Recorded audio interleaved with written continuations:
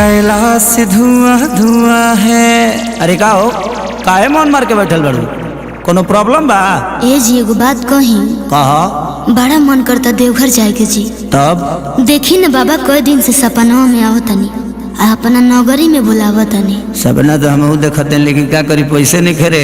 ए साल रहे दा पर साल चल जाई, ठीक बा? गाड़ियों खाली नहीं खींचा तो हम अब की बार ना मानो, हम तो जेबे करब। चुप।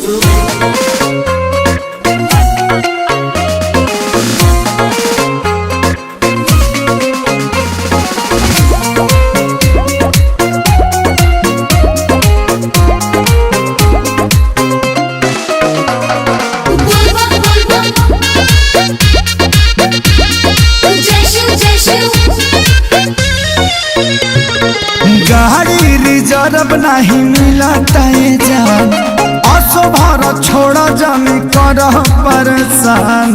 ए हो हर साल चल जाई, छोड़ दना हम ना जाई छोड़। अरे गाड़ी रिजर्व नहीं मिला जान, असो भारत छोड़ा जाने कर परेशान। जाए खातिर देवघर फूलौले बाड़ू लोला, फूलौले बाड़ू लोला।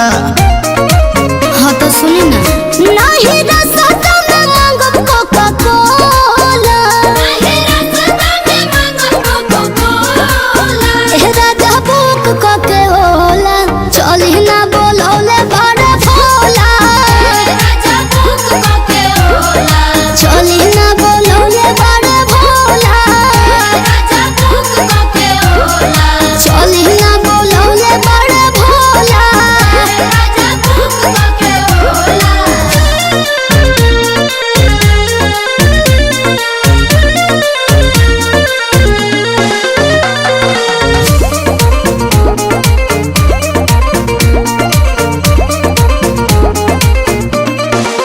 जिद नहीं कर तू मानिला सजनिया, गाँव के शिवाला जल ढार ली हरनिया। फुसलाई मत, हम मानब नाम बकी बेर जाइबे करब, भोले बाबा पर जलवा चढ़ाइबे करब।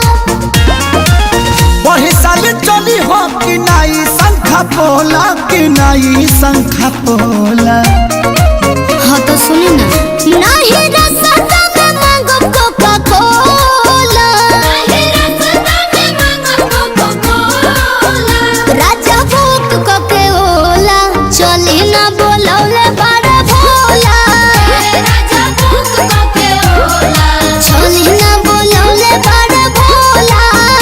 राजा बुक कोके होला, चली ना बोलौले बड़ा भोला। राजा बुक कोके होला।